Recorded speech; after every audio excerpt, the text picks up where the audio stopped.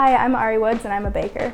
I mostly make pies. Everybody seems to really like those. I've done strawberry, triple berry, and strawberry rhubarb.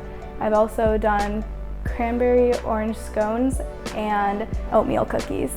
I sell my pies at the farm store on Main Street in Clarence and on Facebook. You can find me on Facebook under Ari's Pies. My dad has cooked with me my entire life, so I've kind of grown up cooking and baking, and I just have been baking pies for a couple of years now, but I really got into it this past couple of months when I started selling them about a month ago.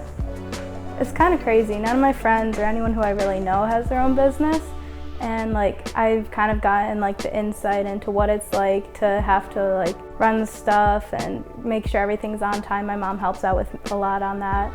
It's kind of cool to be in the inside world of business. I don't really know where it's gonna go after I graduate high school, but one of my dreams is to maybe open up a bakery sometime.